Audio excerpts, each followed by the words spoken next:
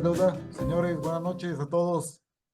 Como les habíamos comentado, esta noche viene Henry Márquez a presentarnos el tema Perú y México, intersección de filatelia. Déjenme platicarles un poquito de Henry porque, aunque todos lo conocemos, no sabemos exactamente qué colecciona. Por ejemplo, Henry es un filatelista peruano. Él tiene especialidad en historia postal. Henry colabora como host en las reuniones virtuales de mi oficina y él trabaja como ingeniero y vive en Silicon Valley, al sur de San Francisco. Adelante, Henry, les encargo, por favor. Gracias a Gerardo por la invitación. Me envió un mensaje y luego me sugirió si es que quería dar una charla aquí por problemas de trabajo. Se me hace ahora difícil inclusive ser el host en mi oficina, pero tengo ahí el apoyo de Mauricio, que es el backup de mi oficina. Entonces nosotros grabamos los lunes y los jueves, y el jueves es el día que se me hace realmente difícil. Cuando Gerardo inicialmente me dijo que era jueves, me decliné porque pensé que era la misma hora, luego me aclaró la hora y con el tiempo que tenemos de diferencia, eh, nos pusimos de acuerdo para esta. Entonces, gracias por la invitación y como deferencia especial a nuestros hermanos mexicanos, pensé que debería ser una charla que hable de nosotros dos, pues, ¿no? De Perú y de México. Y esta charla la he preparado especialmente para esta sesión y no la he presentado en mi oficina, así que la van a ver ustedes por primera vez. Es un tema que cubre a los dos. La intersección en filatelia, que es un poco más intersección cultural. A mí me gusta hacer presentaciones que cubren un poco la parte social y sobre todo la parte filatélica. Entonces, si nos ponemos en contexto, aquí tenemos en este mapa americano nuestros dos países y tanto México como Perú a través del tiempo han tenido pues una significación grande en muchas cosas, ¿no? Y tenemos muchas cosas en común. Tenemos una enorme riqueza cultural, nuestra gastronomía es conocida en todo el mundo, una herencia precolombina gigantesca, festividades que nos faltan días para completar todo en el año, y tenemos cantidad de lenguas nativas. O sea, si agarramos cualquiera de los dos países y tratamos de hacer una adivinanza y damos esto como cosa en común, pueden ser cualquiera de estos dos países, como pudiesen ser cualquiera de los otros países latinoamericanos hermanos de nosotros, ¿no?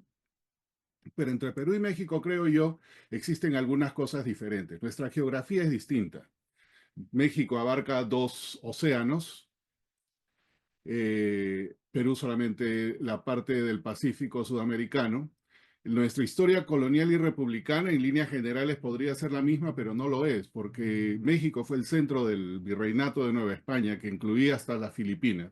El caso del Perú era el virreinato del Perú, que ocupaba toda la parte de Sudamérica y con el tiempo se fue encogiendo por la misma dinámica de crecimiento en otras partes del continente, ¿no? Como en el sur o en el norte, el virreinato del Río de la Plata o el de Nueva Granada, que fueron de alguna manera cortando lo que fue el virreinato del Perú.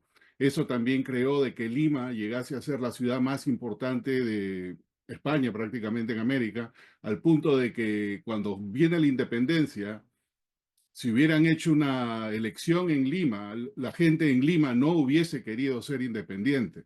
Esa es una cosa interesante. Entonces, la independencia del Perú empieza con Lima, digamos, ¿no? Pero fue una cosa externa. Es una historia aparte, pero viene así. En el caso de México, entiendo de que todo a partir del grito y con toda el movimiento independentista, todo de un solo en 1821, igual que en el Perú, nos independizamos de España. Entonces, estas son a grandes rasgos, hay muchísimas cosas que tenemos en común y algunas otras cosas que tenemos diferentes, pero una de las cosas, ya que estamos hablando acá de filatelia, es que correspondencia entre nosotros es bien difícil de encontrar. Eh, y esto es casi normal en prácticamente todos los países americanos o latinoamericanos, porque el punto común durante la época virreinal era comunicarse con España, aunque había comunicación entre los virreinatos importantes, y vamos a hablar un poquito de eso, pero luego de la independencia, correspondencia entre nosotros es bastante, bastante rara, pero hay cosas entre México y Perú y por eso me atreví a hacer esta charla de esa manera.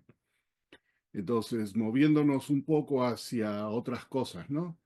Aquí es otro punto que tenemos interesante y quizás los peruanos conozcan más de la cultura mexicana que los mexicanos de la cultura peruana. Esto también lo escuché una vez de parte de David Brown en mi oficina y es cierto. Y la razón que es cierta es porque México ha tenido pues muchísima exportación de cultura a través de sus telenovelas, sus series y una serie de cosas que hemos visto en los otros países latinoamericanos y creo que en mucha menor cantidad las producciones de estos países mostrando la cultura local se han visto en México. Entonces tenemos, digamos, esa visión que no es balanceada quizás de unos de otros.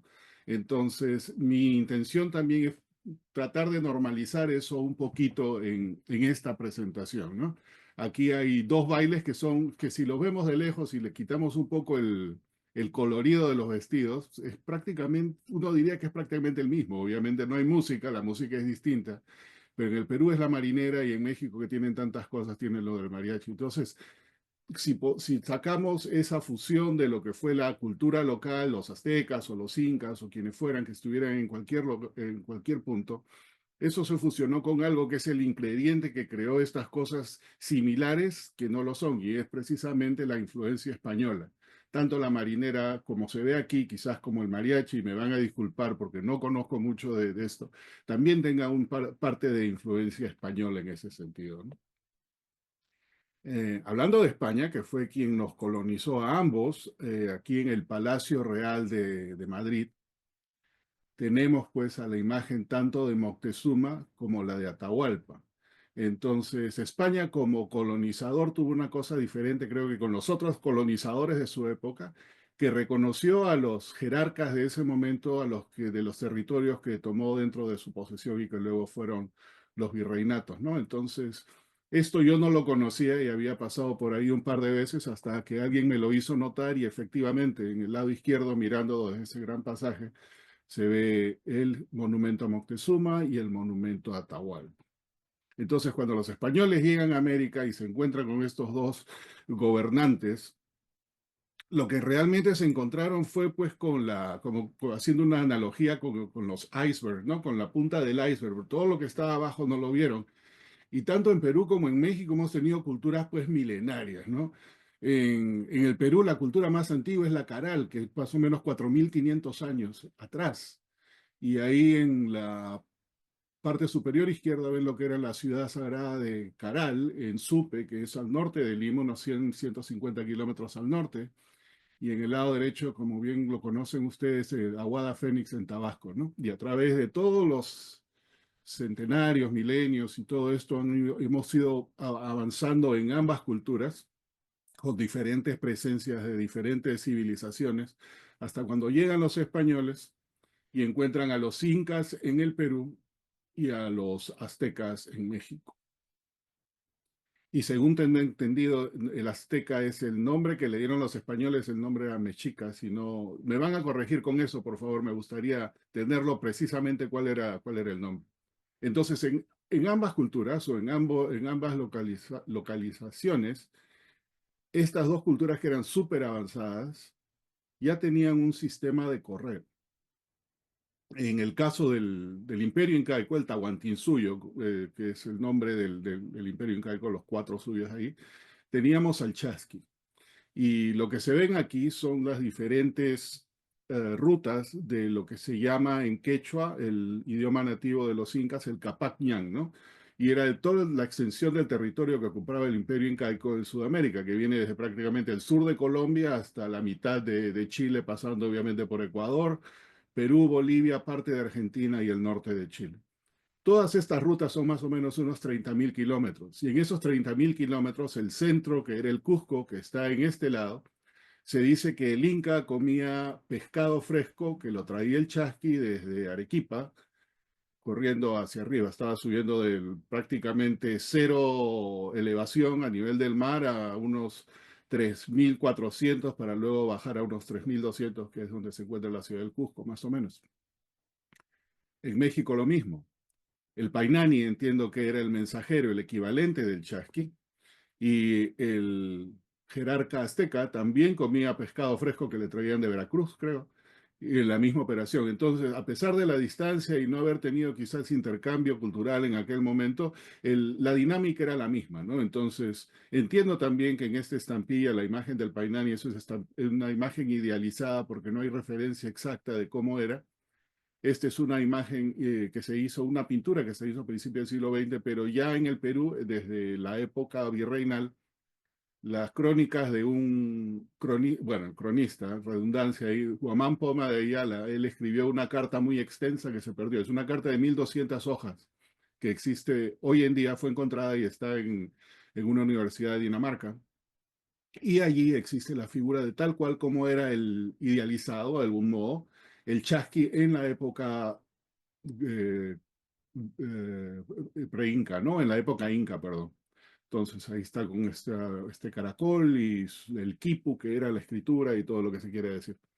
En ambos casos creo yo que tanto el Painani como el chasqui y las rutas que existieron facilitaron la parte de la conquista, y tanto fue así de que en esta serie Forjadores de América, ¿no? de España, se ilustró al chasqui como uno de los forjadores, junto con los que fueron los virreyes tanto de Nueva España como del virreinato del Perú y otros personajes que influyeron en eso. Y se reconoce, creo yo, por parte de los españoles el hecho de que el avance ya de estas culturas definitivamente facilitó su conquista.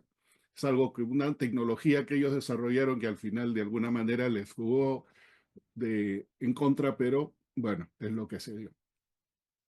Entonces, desde que se establecen los virreinatos tanto en Nueva España, en México hoy, como en el Perú, existió la correspondencia. Y buscando correspondencia, lo más antiguo que encontré fue esto, que fue enviado desde la Sagrada Inquisición en Lima a la Sagrada Inquisición en México y que está fechado el 6 de diciembre de 1604. Esto entiendo, estuvo en la colección de señor Isaac Bacal, y la verdad no sé dónde esté ahora porque esta es una pieza importantísima para quienes coleccionan la parte colonial de ambos países, pero en este caso procediendo del Perú, es una cosa importante también para el Perú.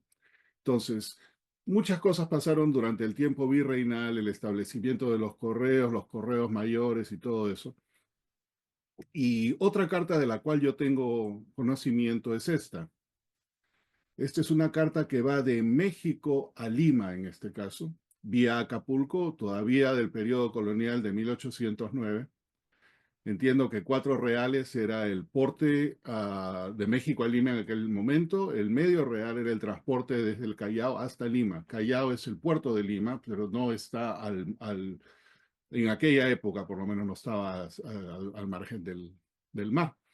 Entonces, esta es la carta digamos, segunda más antigua que se podría conocer. Y también conozco una tercera. Esta sí es mía. Viene de algún lugar en México que quizás sea Puebla, por lo que he consultado con un par de personas, incluyendo con Jorge Benavides. No está 100%, perdón, Jaime Benavides, no está 100% seguro, pero pareciera que fuera Puebla. Pero lo interesante de esto es exactamente lo mismo, los 4 reales en medio para llegar a Lima. La distinción de la característica de esta marca roja que pudiese ser Puebla. No tiene la carta fecha, sin embargo, está enviada a este señor Martín de Osambela. Martín de Osambela fue un prominente comerciante en el Perú. Esta carta viene vía Acapulco hacia Lima. Y fue el único en esa descendencia que se llamó Martín de Osambela, por ello podemos estar casi seguros de que es una carta colonial. Y esto que vemos aquí muy bonito en azul con los balcones, que está a 1 cuadra de la Plaza Mayor de Lima, es donde vivía este señor, el Palacio de Osambela. Aquí vivió la familia Osambela, aquí es donde llegó esta carta que enviaron desde México. Una carta adicional que conozco, que es de Jaime, me paro confundiendo, consulté con Jorge Castillo y Jaime Benavides referente a estas cosas. Esta carta es de Jaime y viene de Monterrey a Lima. La fecha es interesante, ¿no? Viene en mayo 30 de 1821. El Perú se independiza en julio, julio 28 es cuando se hace el anuncio. Pero ya desde mucho antes, José de San Martín, que es el libertador del Perú, ya estaba en el territorio peruano con el Ejército Libertador y se estaba moviendo, para este tiempo tenía el puerto del Callao cercado, Lima estaba cercada y ya estaban prácticamente por terminar lo que iba a ser el primer punto para poder entrar hacia la independencia de Lima. Como mencioné anteriormente, si hubiese habido elecciones en aquella época, los limeños no hubieran querido ser independientes, así que este era un movimiento, digamos, dentro de esa época quizás hasta revolucionario, ¿no? Esta carta viene, como decía, de Monterrey, de acuerdo a la descripción que me proporcionó Jaime, sale pasa por León y luego va a San Blas y viene por el lado del Pacífico.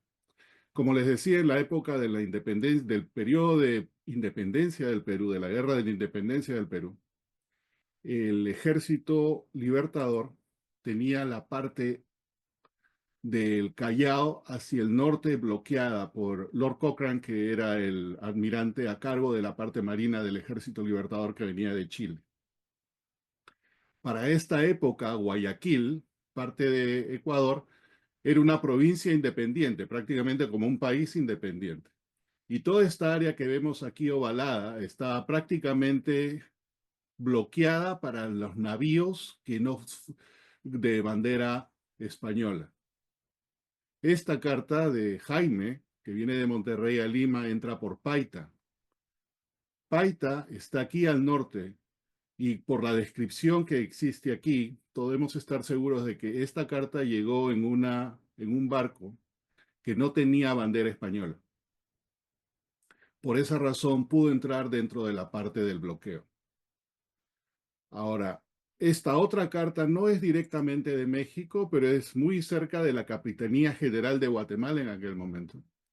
Esta carta viene prácticamente a la misma fecha o por la misma época. Es un duplicado de una carta originalmente escrita en agosto de 1820. La continuación del duplicado que se envía viene en febrero y viene de Guatemala a Lima, la misma ruta del Pacífico hacia el sur. Esta carta, que también viene por el lado del bloqueo, como venía en un barco de bandera española, no podía entrar por la parte bloqueada, así que entró por el sur, por Arequipa. Y aquí está la marca que nos indica eso.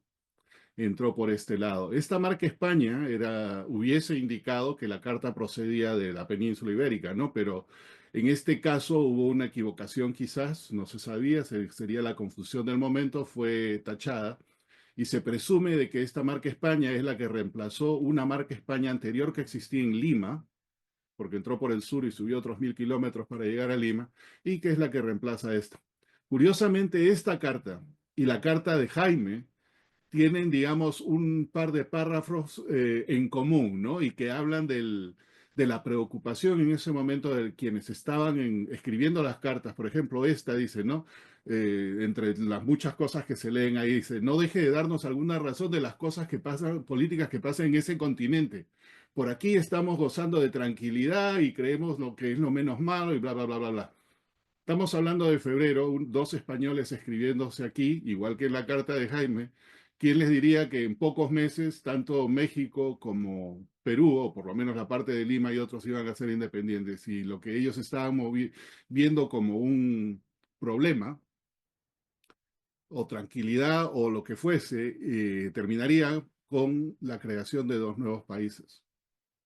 Entonces, acá vamos a retroceder un poco, avanzar un poco y retroceder un poco. Entonces, ¿cómo empieza nuestra independencia, no? Otra de las cosas que tenemos casi en común, el grito. En ambos lados tuvimos un grito. Quizás el de México sea más conocido que en el Perú por el grito de Dolores de Miguel Hidalgo y Costilla, pero en el Perú, un año después, en 1811, en el sur hubo el primer grito de libertad por Francisco de Sela. En la parte sur del Perú, en Tacna, más o menos la misma cosa, viniendo de la época de las juntas aquí en América y las guerras napoleónicas que tomaron al rey como rehén.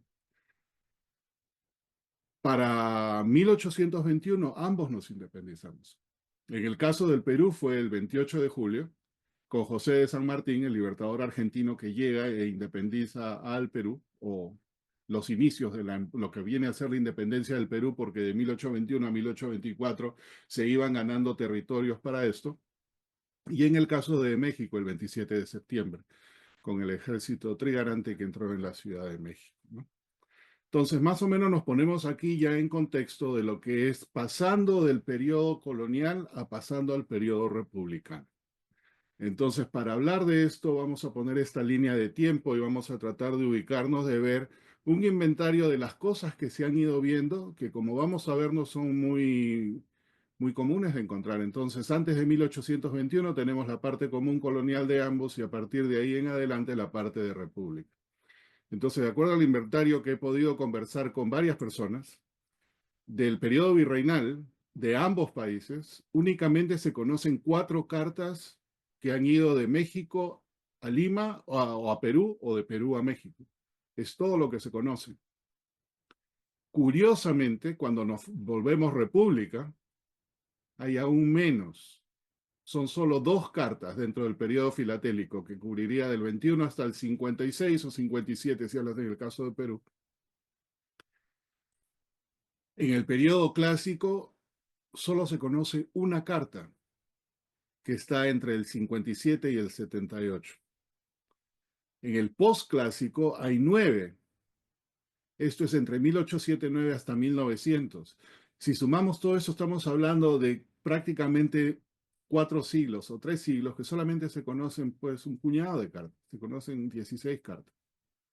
Ya en el siglo XX, ya como que progresivamente se empiezan a ver más, pero por lo menos lo que yo he podido observar del lado de Perú, correspondencia entre Perú y México no ha sido común hasta los 1940, 1950. Razones desconozco, pero así se dio la situación.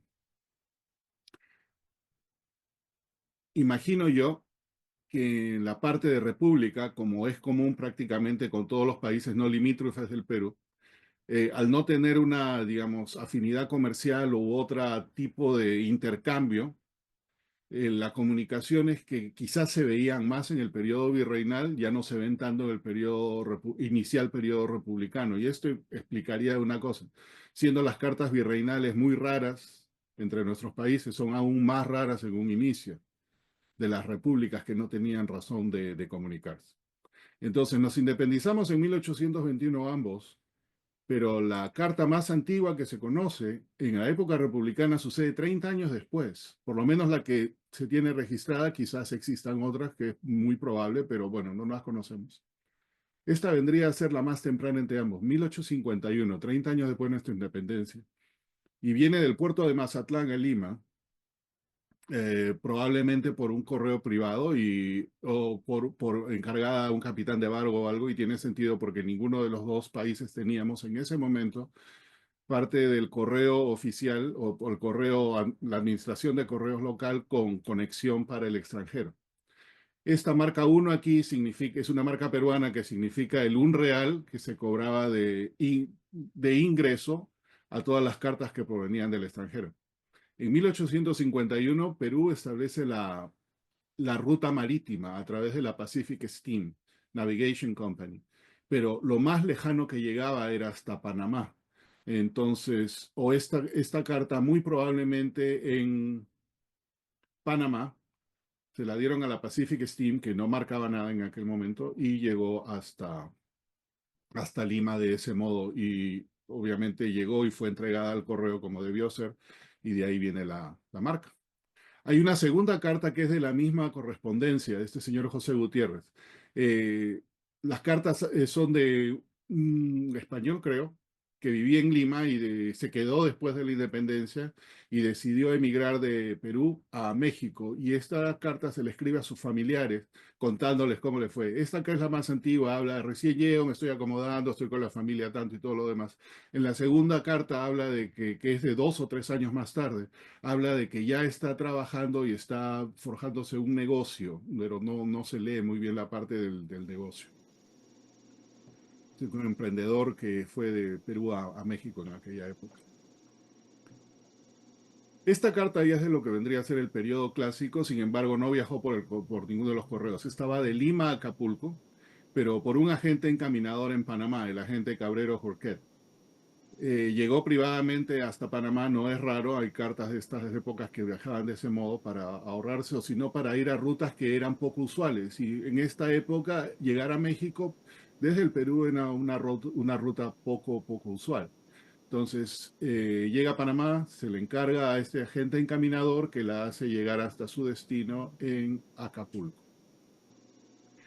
Esta es la única carta que se conoce del periodo clásico, no habiendo pasado por el correo directamente, pero habiendo sido transportada por un agente encaminador externo. Para 1879, el Perú y Chile entraron, y Bolivia entraron en lo que se llamó la Guerra del Pacífico, ¿no? La Guerra del Guano y del Salitre. Y durante este periodo, los chilenos ocuparon el Perú, partes del Perú, no todo. Una de las partes principales, obviamente, que ocuparon fue el Callao y Lima. Y aquí vemos el uso de una estampilla chilena en el puerto del Callao durante el periodo de ocupación. Este es para febrero del 83, ya casi al final, porque la guerra termina o se firma el Tratado de Paz en octubre. Las estampillas chilenas se usaban desde el diciembre 1 del año anterior en el Perú. Y para esta época, durante la ocupación, postalmente el Perú era parte del territorio chileno. Así que esa es la parte, digamos, postal del asunto. Esta carta va del Callao a Acapulco, paga 10 centavos, que vendría a ser el porte simple de la UPU sin cruce de Panamá. De Perú y de la costa sur del Pacífico, las que iban al extranjero se enviaban con un porte adicional que era de 2 centavos hasta más o menos marzo del 81 y de ahí en adelante de 1 centavo. Y eso pagaba el cruce en Panamá, el cruce de una costa a otra para poder ser encaminada hasta a Europa o lo que fuera. Esta que venía enteramente por el lado del Pacífico no tenía que pagar el cruce de Panamá, por esa razón son solamente 10 centavos. Esta es otra carta, ya muy posterior, 1894, que va de Lima a México y vía Nueva York, y entiendo que después del periodo, durante el periodo este de la guerra entre Estados Unidos y España, se utilizó la ruta de Nueva York para ir a cualquier parte de México y este vendría a ser el caso, ¿no? Entonces va de Lima a México. Y si alguien después, por favor, me puede explicar por qué ya en esta época había DF, porque según encontré en Google, el DF empieza en 1924, así que estoy súper curioso porque ya desde 30 años antes se llamaba así. La carta este es de 48 centavos, es un porte triple. Los 10 centavos más el cruce de Panamá 3 veces, que vendría a ser el porte ahí, 33 centavos, más 15 centavos de certificación y aviso de recepción. Hasta 1896, el correo certificado peruano incluía el pago del aviso de recepción. Aquí vemos el aviso de recepción, aquí vemos la parte del certificado. Esta tarjeta postal ya es de principios del siglo XX y viene de Veracruz a Lima. No pude ver el porteo, esto es de la colección de mi amigo Luis Kusianovich, y Jorge Castillo tuvo la gentileza de poner esta descripción, ¿no? El correo originado en el puerto de Veracruz, llegó por barco de cabotaje hasta Tampico, de ahí por diligencia a Nuevo Laredo, de ahí cruzó a Laredo, de ahí a Nueva York y de ahí se fue a Lima. Toda una hazaña para llegar desde Veracruz hasta Lima. Un periodo que yo considero importante de lo que es intersección e influencia entre nuestros dos países ocurre aquí en 1914, más o menos para esa época, ¿no? Entiendo que esta es la parte también de unos conflictos ahí en México que empezaron con la revolución. Pero para aquella época en México emiten ustedes esto, lo que nosotros todavía le llamamos el Sunburst. Este cierre que se utilizaba en la correspondencia certificada. Esta carta de octubre del 26 de 1914 viene desde Guanajuato hasta el Callao vía Nueva York, como ya habíamos conversado y entendido, y viene con este cierre, digamos, ¿no? Imagino yo que para esta época ya existía un poco más de correspondencia entre Perú y México.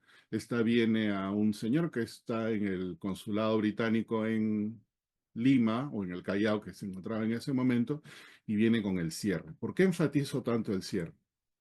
Hay otra carta aquí también que habla del cierre, ¿no? Esta viene de un filatelista ya en Tuxtla Gutiérrez, va a Lima con sus estampillas aquí, el Nietzsche, el bigotito este y todo eso, y viene con el cierre. ¿Por qué el cierre es tan importante? Porque en el Perú en 1916 se emitió esto, el cierre de seguridad, que prácticamente servía el mismo propósito, con la única diferencia que existe mucho menos, y voy a hablar de eso un poquito. Entonces, ya desde los mediados de los 1870 en el Perú se utilizaba un sello de lacre, pero este no es cualquier sello de lacre. Este es un sello de lacre especial emitido por el correo. Se ponía el lacre y se hacía el imprint para las cartas que venían con correo, perdón, con correspondencia certificada con valor declarado. También para aquella época los consulados utilizaban este cierre así tipo sol para cerrar su correspondencia. Para la época del cierre de seguridad que se emite para los 1916, tanto el ministro de Comunicaciones como el director de Correos habían sido embajadores en otros lugares, eran súper familiares con este cierre peruano que ya existía y ya el correo tenía la usanza del lacre marcado oficialmente por el correo y es así que se les ocurre crear este cierre de seguridad y para eso se tomó como referencia de la forma exterior el, el Sunburst mexicano. Entonces, este es el mock-up que le enviaron al American Banknote, o que el American Banknote hizo su propuesta y le dijo, los peruanos le dijeron, ¿sabe qué? Es muy caro, la vamos a hacer localmente y esto es lo que hicimos nosotros en el Perú. ¿Y cómo sabemos de que este cierre realmente es eso, más allá de ser una hipótesis? Pues bien, en los archivos del American Banknote que hoy están que son parte de la American Philatelic Society, existe esta carta con el mock-up y un sobre con el Sunburst mexicano. Y si leemos la carta, el pedido dice todo esto y dice semejante al usado por el Correo de México. Entonces, el cierre de seguridad peruano, en lo que refiere a su forma externa, definitivamente se inspiró en el Sunburst mexicano. Y el resultado de esa creatividad es esto, que tiene exactamente el mismo uso. Yo colecciono los cierres de seguridad, esta es la colección que más afecto yo le tengo. Y de toda esa época, este es el único sobre que tengo que va de Perú a México y va de Lima a Zacatecas en diciembre 14 de 1916. A diferencia del Sunburst mexicano que se usó por décadas, este se emitió solamente una vez, se imprimieron 1 millón y se usaron todos.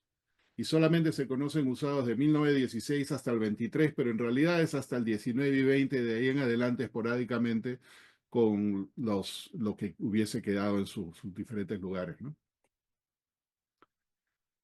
Ya para esta época empezamos a ver, obviamente, mayor correspondencia. Eliseo Portela fue un filatelista de aquella época y me imagino que este señor Urbano González habrá sido otro filatelista ahí en Monterrey. Y viene esta carta de julio de 1922 de Lima a Monterrey. En el Perú se implementa el correo aéreo en 1927. Para el 28 ya tenemos la conexión con el FAM 9 y el FAM 9 se conectaba con los otros Foreign Air Mail que llevaban la correspondencia a todas partes.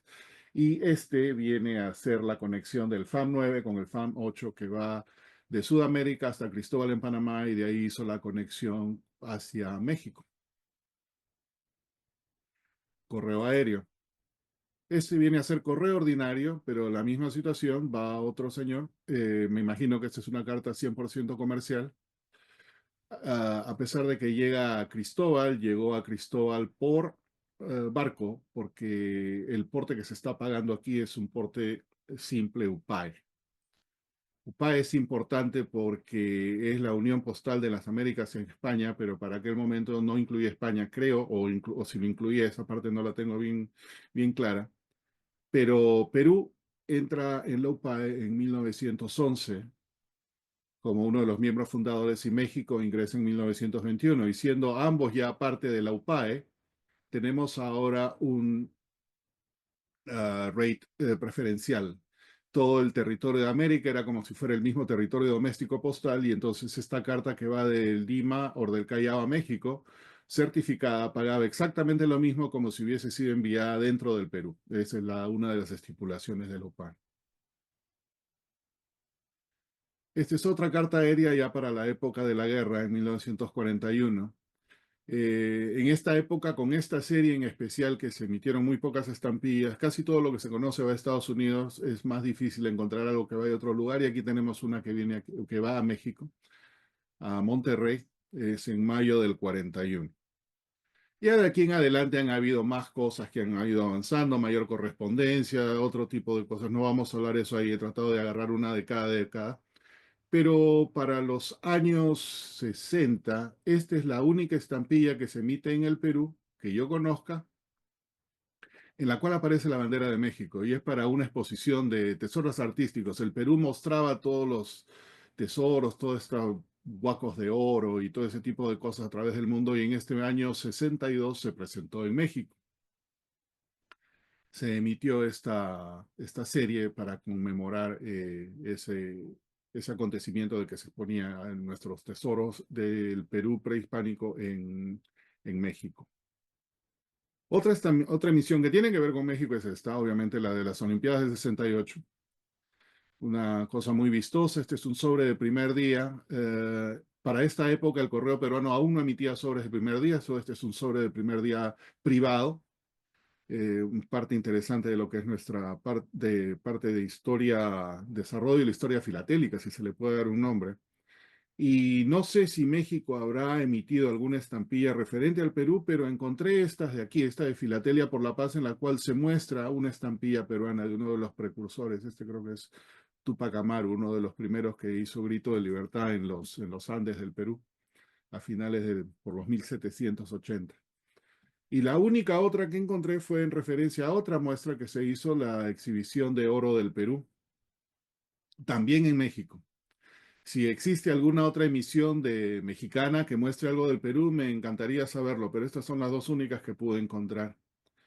Con eso quiero agradecer a las personas que me ayudaron a hacer esto. Aquí están los nombres: a Carlos Chuck, a David Brown, a Jaime Benavide, Jorge Castillo y muchos otros.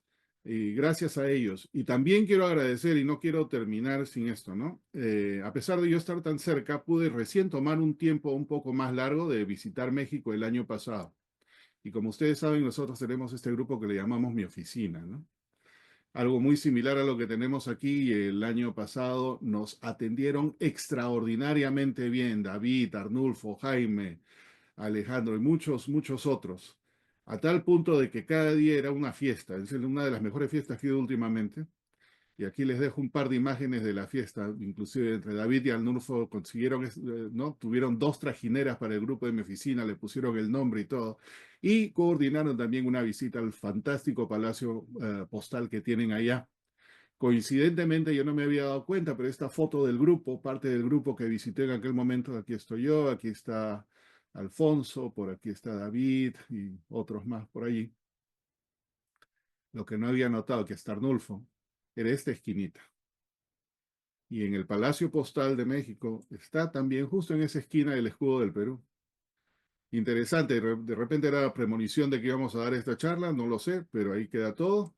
Y hablando de Mi Oficina, les quiero invitar, si tienen un tiempo, nos reunimos para grabar los días lunes y jueves a las 8 de la noche, hora de Lima, que vendría a ser 6 de la tarde, quizás, no sé, o 5 de la tarde, 6 de la tarde, hora de México. Tenemos una meta algo ambiciosa, pero estamos muy cerca, llegar a las 1000 charlas. Hoy día Jaime dio la charla 733 o 34. Si la quieren ver, aquí pueden ver, este es nuestro website y este es el canal de Mi Oficina. Y con eso, muchas gracias por su atención, y si tienen alguna pregunta, comentario o respuestas a mis preguntas que di durante la charla, les agradecería. Muchas gracias. Muy Muchas bien, gracias a Henry. ti, Henry. La verdad, nos has Bueno, dejado boquiabiertos con tu presentación. Muchas felicidades. Gracias. Don Juan,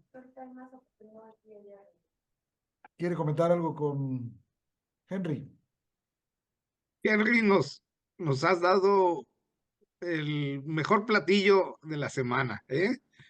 Te Gracias. puedo decir así con franqueza que pues nos quitaste una venda de los ojos en el sentido de de conocer, pues, dos países a distancia, pero que de una forma u otra, con tu introducción nos pudiste hacer conscientes de la similaridad en lo que se refiere a su pueblo, a su eh, colonización.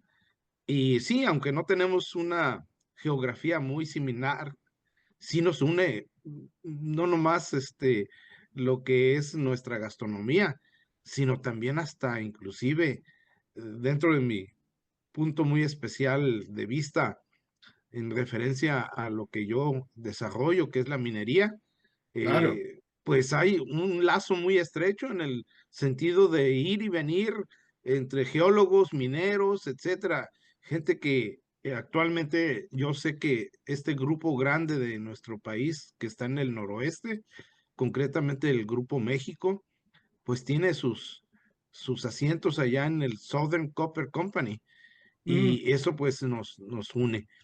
claro. Eh, sí, te felicito verdaderamente, creo que no voy a ser el único que te agradece esta manera tan deleitosa, ¿verdad? Para poder saber conocer un poquito más. Me llama la atención dentro de tu presentación una pieza ahí que nos muestras de la época del 14, si mal no recuerdo, o del 16, donde alcanzo a percibir que tienes dos estampillas de diferentes valores, pero sobrecargadas. ¿Qué pasa en esa época por allá, por Perú? Una inflación, algún problema, económico de interés, porque acá en México, precisamente en esa misma periodo, tuvimos un periodo de inflación terrible, tanto así de que las estampillas fueron sobrecargadas, fueron, revalorizadas, etcétera, y Sí. sí, me captó la atención esa pieza. Esta de aquí te refieres, ¿no? La que estoy compartiendo. Así es, Perfecto, te sí, explico. Este es el tiempo de la Primera Guerra Mundial, obviamente, y el Perú no imprimía sus estampillas localmente, las imprimía la American Bank, aquí en los Estados Unidos. Y como ves bien, efectivamente, buena observación, todos son resellos y son resellos dentro de lo que existía porque las estampillas bases son de valores más altos. Este es 1 centavo sobre 50, este es 2 centavos sobre 4. Había escasez de estampillas y el correo peruano en esta época, en 1915 y en 1916, agarró lo que tenía en bóveda y lo reselló con valores más bajos para que sirva como distribución. Era escasez por acceso a los impresores fuera del Perú. bien, excelente. Ahora una pregunta final. Sí, claro. Mira, así a grosso modo estuve viviendo y trabajando en la parte sur de la península, que es concretamente acá Baja California. Yo estoy ahorita ya radicado nuevamente en mi ciudad natal, que es Tijuana, fronteriza con California. Y en La Paz, por la razón histórica de haber trabajado para la creación de un museo y manejarlo por casi 4 años y medio, me dio la oportunidad de introducirme acerca de los migrantes que a través de las costas venían, no nada más de la época independentista, sino también los que llegaron a colonizar y quedarse a vivir en la parte sur de México, de la península, Ajá. concretamente a la familia de apellido Amao. Los Amao, fueron funcionarios y a la vez trabajadores mineros peruanos y dejaron su descendencia en esta región de La Paz. Lo que me llama la atención es que fueron otros tantos más también de ascendencia peruanos que quedaron acá y algunos chilenos también inclusive. Más me, me carcome la curiosidad si hubo la circunstancia al revés, que algún mexicano se haya ido a quedar a Perú. Así de que pues eso es parte de lo que hay que seguir eh, enfrentando en la investigación. Y Ah, si da el caso de estas cartas tan fabulosas que veo que Monterrey fue un centro vigoroso de comercio con Lima y con otros Así lugares es, de Perú. Entonces, así es. verdaderamente, sobresale la importancia de descubrir por qué razón quedaron estas raíces peruanas en nuestra península y hoy en día pues ellos son los amados, son personas reconocidas con arraigo increíble en lo que se refiere a sus costumbres que quedaron prácticamente pues como una de las más importantes migraciones y Ajá. que en Ensenada tenemos a don Hugo Amao, que es un hombre culto en todo el sentido de la palabra, eh, es, por así decirlo, un buen escritor y le gusta la poesía y puedo dar razón de que son dignos ciudadanos mexicanos, pero con raíces peruanas. Qué bueno, muchas gracias por compartir eso. Gracias.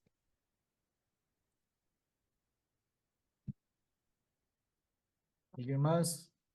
Henry comentaba sobre el Distrito Federal. El Distrito Federal empezó Sí. en la ley de la ciudad, la cambiaron en 1824, justo después de cuando se formó cuando terminó el Segundo Imperio, Oh, ok, el ok. primer imperio, El primer imperio. el imperio y Ok. empezó la República.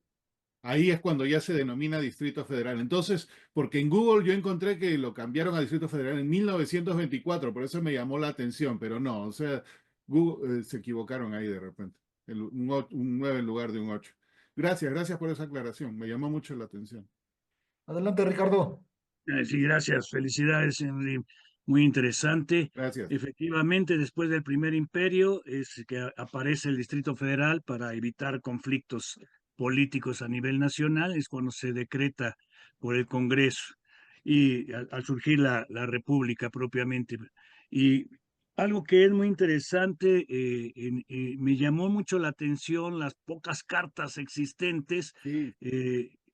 pero lo extraño es que había como decía Juan Cabuto, una gran migración de pues mineros y pescadores que venían a México, tanto que en Acapulco, en la zona de la costa de Guerrero, se bailan las chilenas, por ejemplo, ¿sí? Oh, La influencia chilena es impresionante y es que extraño que los peruanos que tenían una posibilidad igual y seguramente trabajo en los barcos, en fin, no nos dejaran una huella tan marcada y se fueran hasta La Paz, Baja California, ¿no? O sea, es muy interesante ese dato que nos da Juan Cabuto, ¿no? O sea, y que los chilenos llegaran tan fuertemente con tanto comercio y viajes hacia Acapulco y esa zona que dejaron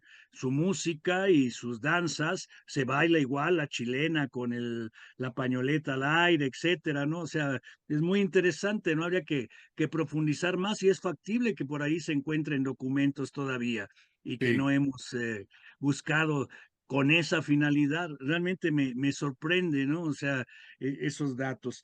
Y la otra cuestión importante, bueno, seguramente le iba a decir David eh, Solano, que él colecciona estas cuestiones de documentos postales. En el caso de los cierres, aquí se les llama marbetes Marbete, ok. oficialmente. Ya por razones de lengua popular y coleccionismo, hay quienes les dicen soles, cierres, etiquetas de cierre, etcétera. Pero el nombre oficial del correo es marbete. Marbete, ok. ¿Sí? Y la otra, tienes toda la razón, el nombre correcto es del pueblo mexica, ¿sí? Por sus orígenes, ¿no? O sea, y no aztecas, ¿no? Aztecas es, pues, más un manejo equívoco en las crónicas, ¿no? Porque se suponía que venían de Aztlán y de ahí deriva el término azteca, ¿no?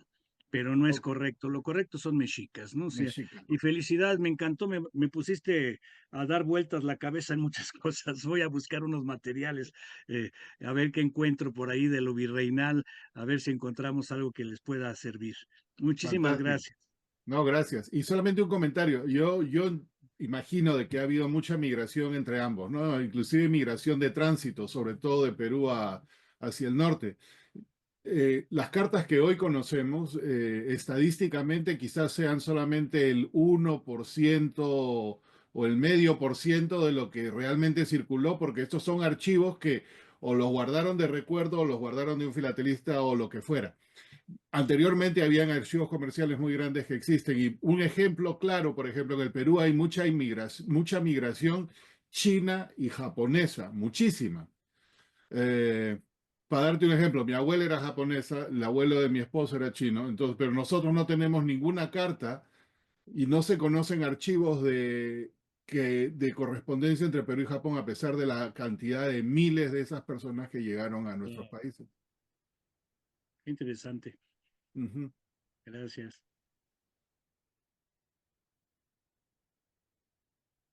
Adelante, Mauricio. Gracias, Henry. Muy bonita la charla. Eso que comentaste que no hay mucha correspondencia, se conoce muy poca correspondencia entre México y Perú en las épocas las que hablaste. Aquí te voy a compartir algo. No es precisamente de México, pero es de la época de Guatemala, como capitanía que dependía de la Nueva España. Un documento muy interesante que precisamente registra cuántas cartas se estaban enviando a Lima. Claro. Y hay un buen número, ¿no es cierto? Un buen número, sí, sí, lo voy a ampliar para que miremos ahora. Van sencillas, dobles, triples y pliegos. Y una nota dice que ninguna de las, no entiendo lo que dice, correspondencias van franqueadas. Claro, que pague el que recibe, lo que era la usanza Sí. de la época. Presentes. De las presentes, gracias, de las presentes correspondencias van franqueadas, ok. De Guatemala, 15 de octubre de 1768 y va al administrador del Correo de Lima.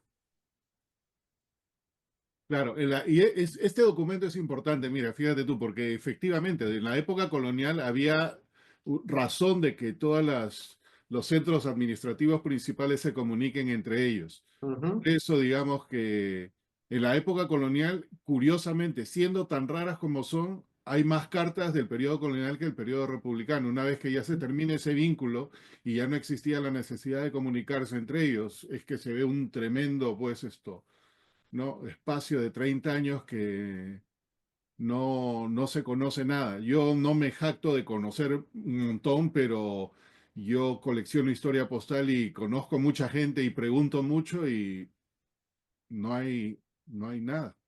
Ujú.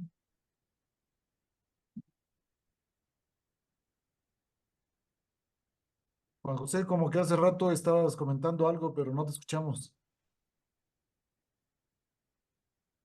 Sigues en mute. No, ok. No, que me da mucho gusto ver este tipo de documentos que nos compartió Mauricio. Es que son piezas eh, para, de- mm, para saborearlas. Sí, Así es. así es. ¿Algún otro comentario, señores? Aprovechando que tenemos muchas visitas. Buena charla, Henry. Gracias. Y quiero agradecer antes de cerrar también nuevamente a David, a Arnulfo. La verdad yo quiero regresar a México, así que organicen otra. Pero Henry, te traes la primer pieza, la de la Inquisición. Esa no es mía. Ah, a mí me la explicó Isaac Bacal una vez, hace 20 años. Sí, Es la no, mejor eso es pieza una que he cosa visto. espectacular, pues, ¿no? Viene de la Inquisición a la Inquisición. ¿Qué diría adentro, no? No, pues estaban Tortúralo por preguntando de una allá, persona. jálale la pierna por el otro lado, ¿qué diría de la Inquisición? No, me explicó Isaac Bacal que estaban preguntando la Inquisición, creo que de México a la Perú, de Sí. una persona que estaban persiguiendo informes. Y Pero en esa imagínate el época tiempo era que, bien, en una época imagínate el difícil, tiempo ¿no? que tardó en llegar a Perú, que contestaron y volví a llegar a México, pues yo creo que ya 2, 3 años. Y el tipo detenido ahí todavía. Nítido. Pues sí. Cierto, ¿verdad? Porque existe el Museo de la Inquisición en Lima, me imagino que de repente en México igual, y uno entra ahí y se ven unas cosas, pero que el que sobrevivió a eso era Superman, pues, ¿no? Adelante, Ceci. ¿Quieres Sí, comentar sí. algo? Sí, bueno, yo quería agradecer muchísimo esta magnífica presentación, que sobre todo me gustó muchísimo porque en un mundo con tanta división y tantos conflictos y tantas diferencias, el presentar algo en donde se hace hincapié y se subraya las coincidencias, me parece que es alentador, primero que nada. Y Gracias. entonces yo te felicito por ese acercamiento de buscar lo que une y no lo que separa, primero. Y después también decir que, bueno, yo de Perú no tengo como lazos, pero bueno, la flor de la canela, ¿quién no se la sabe aquí en México? Completa la Claro, letra y todo, ¿no? O sea, quizás los bailes desconocemos, pero el cóndor pasa, ¿no? Creo que también es peruano, pero la flor de la canela, la letra que es larga, pues yo sé que muchísimos la reconocen y saben partes, ¿no? Entonces sí hay ese vínculo también, sí, de canciones, ¿no? sí, sí. Muchas gracias y me has hecho acordar una cosa, cuando estuvimos ahí en las dos trajineras, eh, Jaime Benavides llama a uno de esos botes que están los que tocan con marimba, ¿no? Entonces, y nos puso, estábamos, ahí lo vi a Sergio por ahí, creo que está, no sé, Sergio y yo, ahí está Sergio Recuenco, peruano también, estábamos nosotros en la trajinera, Jaime pone la otra trajinera acá y nos tocaron Finestampa, que es casi como la flor de la canela. Sí, Hasta ahí en Xochimilco nos estábamos la sí. fusión de las dos cosas, ¿no? Sí, y bueno, y también me llamó mucho la atención lo en el Palacio en Madrid, que están las dos figuras, esa estampa de dónde están colocadas, aparte casi Así es. simétricas, es extraordinario, ¿no? No, desconocía completamente que hubiera en Madrid un reconocimiento así de estas autoridades locales antes bueno, cuando la llegada de los españoles. Esto me encantó. Y está escrito ahí, ni siquiera para decir que se presta a equivocación, no, porque está en Montezuma y Atahualpa. Y yo había ya pasado por ahí, yo nunca le había prestado atención a esto, y una persona, un español, me hizo notar, es un amigo español, me dijo, ¿tú sabes quiénes son estos? Fue el primero que me dijo. En realidad él me preguntó solamente a Atahualpa, ¿quién es ese? Y yo le digo, no, Sí, ¿quién será? Pues un vigilante. No me dijo, sí, míralo bien. Y no podíamos entrar, estaba cerrada porque en ese momento, pero lo llegamos a ver y efectivamente decía Atahualpa y mira al otro lado Moctezuma y hizo una alusión que es cierta. Si otro imperio, no lo voy a mencionar, los hubiera conquistado en América, este tipo de cosas no lo verían. Esto solamente se ve que España reconociendo a los líderes que, bueno, ocuparon igualmente, era el periodo, hay que ponerse en el momento, pero hubo un reconocimiento de que en el Palacio Real los reyes, digamos, ¿no? Tanto del imperio mexica como el inca, tenían un espacio en este palacio. pero aparte son esculturas con una gran dignidad, ¿sí? Exactamente. O sea, eso me gusta, ¿no? O sea, se ve la autoridad, el respeto, la dignidad, o sea, le dan no nada más de que están ahí, ¿no? Sino de que están muy dignos, la postura, ¿no? El lenguaje corporal, los atuendos, o sea, todo Cierto. eso, ¿no?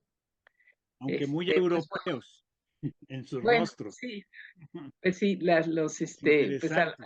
al modo en que los pueden poner, pero sí, medio romanos, ahí medio sí, no, pero bueno, eso me llamó muchísimo la atención. Y también me llamó la atención de que tan poca correspondencia, ¿no? Que Sí, se me hizo extraño. Y del primer timbre, pues me gustó que se parecen, ¿no? En cierto modo, ¿no? El de México y que llevaban el pescado. Bueno, yo no sé cómo no les estallaba el corazón esos que iban corriendo. Claro que hacían relevo, ¿no? Pero que empezaban Sí. a nivel cero, a nivel del mar y subían, ¿qué? 3,000, dijiste 3,400 Sí, metros. para cruzar de la costa a los Eso, Andes peruanos hay que subir más de lo que están las ciudades, o sea, subían o hasta sea, más o menos subir y 4.000 luego metros. bajar. Sí. Eso esa similitud también me dejó, bueno, todo lo que dijiste me encantó. Estoy esperando que la edición, bueno, el reporte, la grabación que hace Gerardo para volverla, mira, de verdad, la estoy esperando para volverla a escuchar con cuidado y ver lo que expusiste y gracias. Sé que dijiste que es un día difícil, ya me imagino, un jueves terrible, pero doblemente eh, te agradezco yo personalmente. Muchas gracias.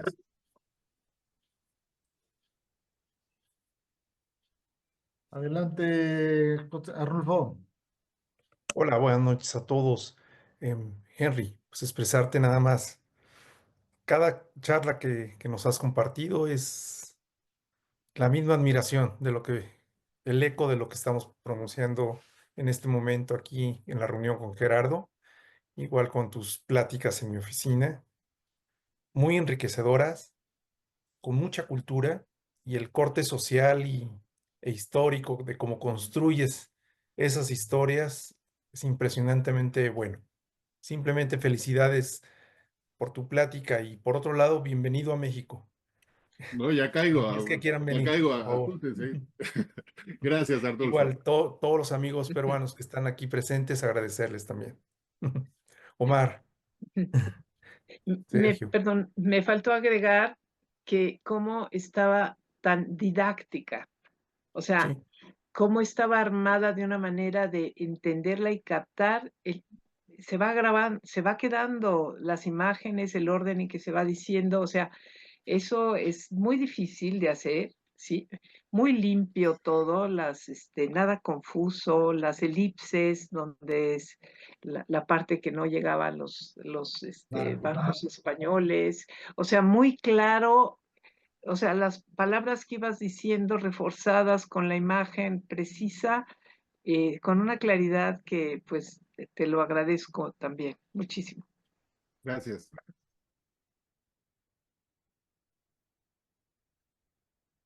¿Algún otro comentario, señores? Solo para aportar, Henry, como mencionaste a Cochrane, Lord eh, Cochrane. Lord Él también Cochrane, estuvo en México, pero no sé qué hizo por allá. pero no, bueno, sí, pero lo interesante es ver la lápida de él en Westminster Mm, y tiene, bueno, hay 4 escudos bueno, 5 con el de su familia, pero está el escudo del Perú. fíjate tú. Entonces, si ver los otros, porque por lo visto él estuvo en Chile, Brasil, Grecia y Perú. Sí, sí. Brasil, sí, Grecia no sabía. ¿Y qué hizo en Mire, Grecia? no, pero hizo servicio a los países, pero aquí está el de Grecia, está al otro lado, aquí está el de Grecia. Sí. ¿Ese está en Westminster? En Westminster, sí, en la bahía de Westminster. Sí, lo vi, sí, sí, cierto. Están todos Sí, los grandes héroes de la Marina de Inglaterra. sí, ahí está enterrado él. Gracias. Si no, vamos a darles Excelente plática. gracias por tu vamos a excelente darle un aplauso, por presentación, favor. Henry. Gracias a ustedes. Gracias, Henry. Muchísimas gracias, Henry. Gracias, gracias. Agradecemos que nos hayas regalado tu tiempo y agradecemos también a los amigos que nos han acompañado esta noche. Muchas gracias a todos ustedes.